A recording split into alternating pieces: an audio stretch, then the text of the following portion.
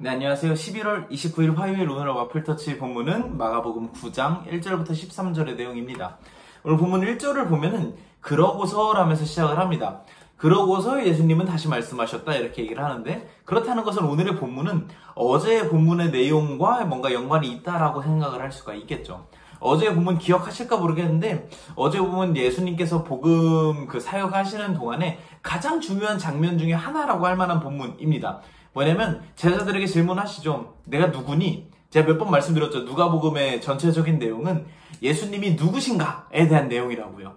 마가복음에서 가장 중요한 부분도 십자가 사건 다음으로 중요한 것이 8장 내가 누구니? 라는 예수님의 질문이라고 할 수 있을 것 같습니다.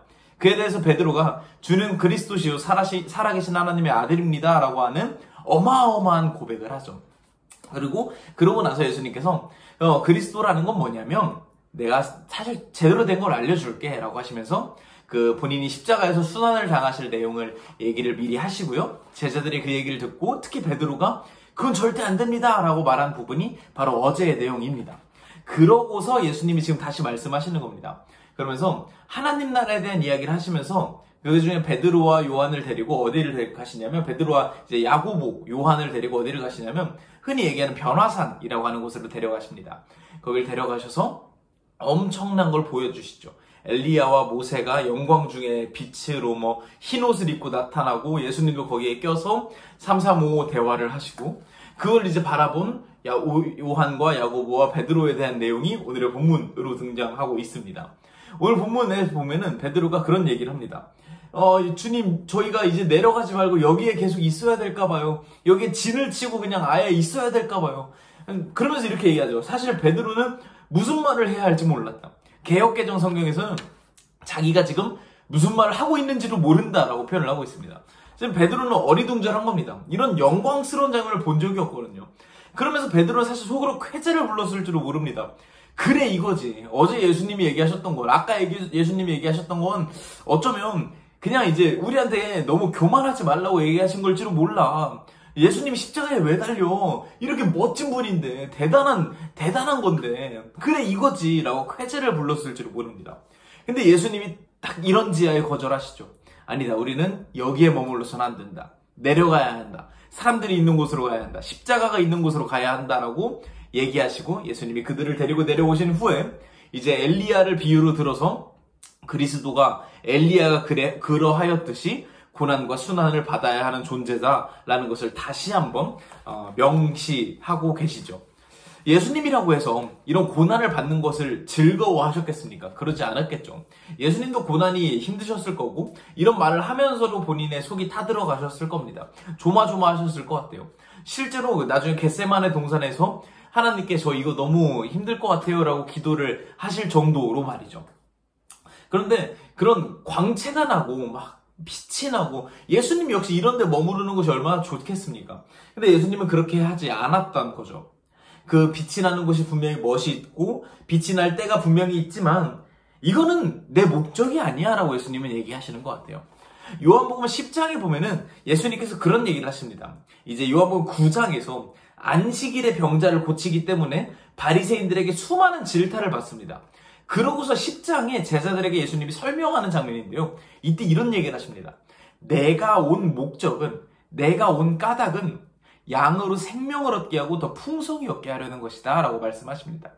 이 말은 뭐냐면 예수님이 지금 본인이 오신 목적에 대해서 굉장히 간결하고 분명하고 정확하게 알고 계셨다라는 겁니다. 내가 온 목적은 여기서 편하게 사는 거, 달콤하게 사는 거, 칭찬받고 사는 거, 박수받고 사는 거, 이런 거 다 좋지. 근데 그게 아니라 내가 온 목적은 양으로 생명을 얻게 하고 더 풍성히 얻게 하려는 것에 목적이 있는 거야. 그렇기 때문에 사람들이 박수 쳐도 거기에 동요되지 않을 것이고, 사람들이 손가락질하고 욕해도 난 거기에 동요되지 않을 거야. 나에게 사탄이 와서 40일 동안 굶어서 배고프지 떡을 만들어봐 라고 해도 이건 내 목적이 아니야. 만들 수 없어. 내가 아무리 배고파도. 그런데 오병이어 사건 때는 도시락 하나 가지고 5,000명을 먹이십니다. 왜냐하면 이건 예수님께서 이 땅에 오신 목적인 양으로 생명을 얻게 하고 더 풍성히 얻게 하는 데 목적이 있기 때문입니다. 지금 어제 본문과 오늘 본문 역시 마찬가지입니다.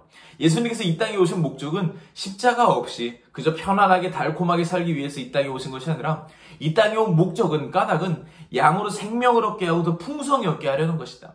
그것을 위한 도구로서 그것을 위한 방법으로서 나는 십자가와 고난이라는 것을 기꺼이 선택할 것이다.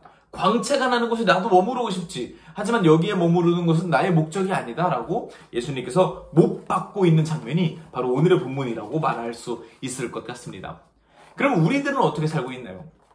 여러분들은 요즘 어떤 분명한 것을 가지고 살고 계신가요? 우리의 삶의 목적은 무엇인가요? 사실 우리의 삶의 목적 역시 이 예수님의 목적과 정확하게 일치해야 함이 맞습니다. 왜냐하면 우리는 예수 그리스도를 머리로 한 몸이기 때문입니다.